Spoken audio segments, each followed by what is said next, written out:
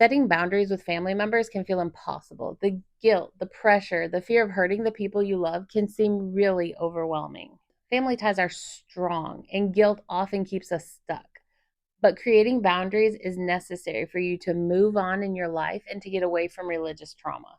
But boundaries are essential to protect your peace and to overcome the guilt to heal from religious trauma. So, here are 5 practical steps to help you set those boundaries with your religious family while protecting your peace and overcoming that nagging guilt. Step number 1, get clear on your boundaries. In order to set boundaries with your family, you have to get really clear with yourself and what you really want. What are you looking for? What systems do you need to have in place to have peace and regulate your nervous system? Boundaries are about you and what you want to deal with, specifically related to your personal life and your nervous system. Do you want to limit religious discussions? Do you want to avoid certain gatherings? Do you want to set limits on how much control they have over your choices? What about only giving advice when you ask for it? Make a list of what you want and need, not just in your head, but literally write it down. Writing it down brings clarity, and when you have clarity, it's easier to ask for or advocate for yourself for what you want or need in a relationship.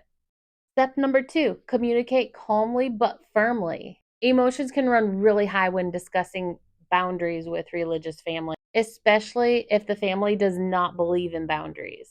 A key to healing from religious trauma is to learn how to communicate without acting defensive. This doesn't mean you're not going to feel the tension inside, but if you can learn to communicate without acting on that tension, then that is a major step in your healing.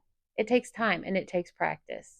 Know that you're making progress when you can feel defensive, but not be defensive. Give yourself a lot of credit for that because that's really hard. Boundaries don't have to be confrontational, they're about respect. But you cannot control how the other person responds to your boundaries, and it's not your responsibility how they respond to your boundaries. Again, these boundaries are about how to take care of you, yourself, your nervous system. And if they don't respect that and they're getting mad, they're obviously a part of your nervous system dysregulation, which is why you need the boundaries for yourself. Things that you can calmly state are, I really don't want to talk about religion in any more of our discussions, or I just need space to explore my personal beliefs. If they don't respect that, that's on them, and you can quietly walk away. That's your boundary. It's simple, but it's not easy. But you can do it. Step number 3, be prepared to say no. No is a complete sentence. You don't have to give any other explanation than no. This is not what I want to do. No. This doesn't make it easy. Saying no can be really difficult when you have a people pleaser ingrained in you.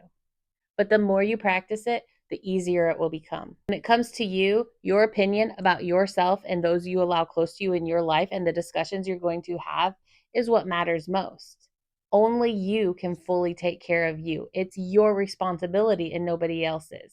So you're the one that has to set the boundaries. Saying no can feel so conflicting and painful in the beginning, but in the long run, you're going to have more peace and you're going to be so glad you started laying down those boundaries when you did. Standing up for yourself and your needs is extremely empowering. Remember, boundaries aren't mean. They're about loving yourself and protecting your emotional well-being.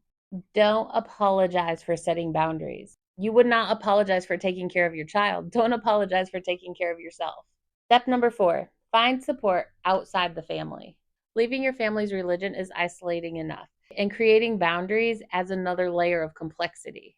And it's super hard that no matter what you say, sometimes they just don't understand. They don't get it. Finding support through online groups, friends, therapy, some sort of community is essential to your healing. A lot of times it's hard to find people that understand what we're going through as far as religious trauma in person, and you kind of have to look online and find these groups online. But that's just as valid. It's so important to have people in your life that do respect your boundaries. Number 5 is release the guilt.